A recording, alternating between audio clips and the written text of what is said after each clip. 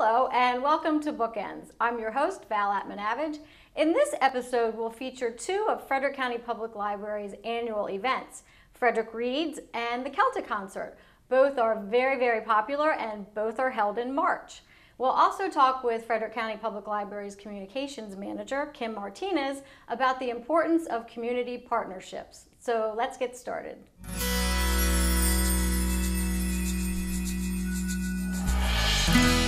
Frederick Reads is a partnership between community organizations, and our goal is to bring in a celebrated author so that we can start a community conversation.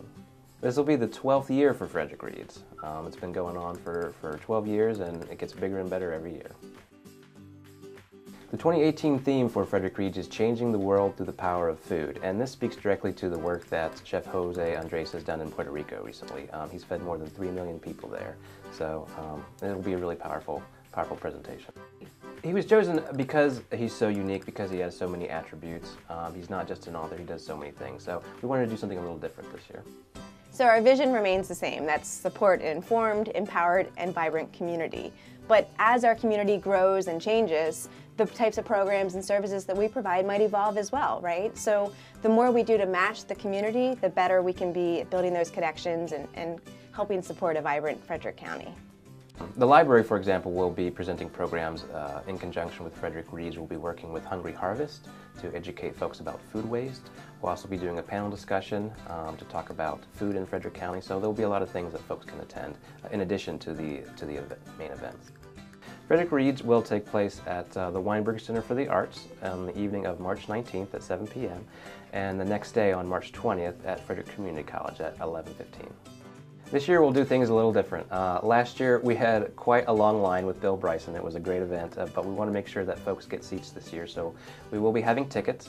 They will be totally free, as with any library program. The tickets will be totally free, and folks can get them through the Weinberg box office, either by visiting the Weinberg website, by visiting the box office, or by calling their phone number. The tickets will be required whether they're going to the Weinberg or to Frederick Community College, but they will be totally free. If folks have any questions or they want to learn more about Frederick Reads, they could visit the library's website at fcpl.org. They'll see a link for Frederick Reads. So now let's head down the road to Thurmont and we'll talk with Erin Dingle, who's the branch administrator, and she'll give us all the details on the upcoming Celtic concert.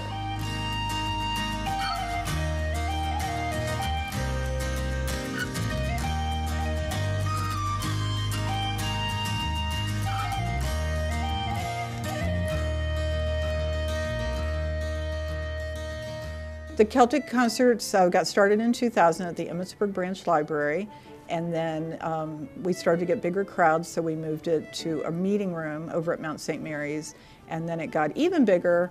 It's the little concert that grew, so we moved it over to the Knott Arena, where we still hold it today. So the annual Celtic Concert is an incredibly popular event. It's held in the northern part of the county, not so far from our Thurmont branch. We've been doing this for more than a decade, and it grows with popularity each year. You know, we just took a chance every year, and it was not that hard to pull together. And at first we had no funding. We would just ask people to volunteer and bring their instruments, and then, you know, we got a little bit of money and we were able to pay some bands, and the quality of the bands has just increased over the years.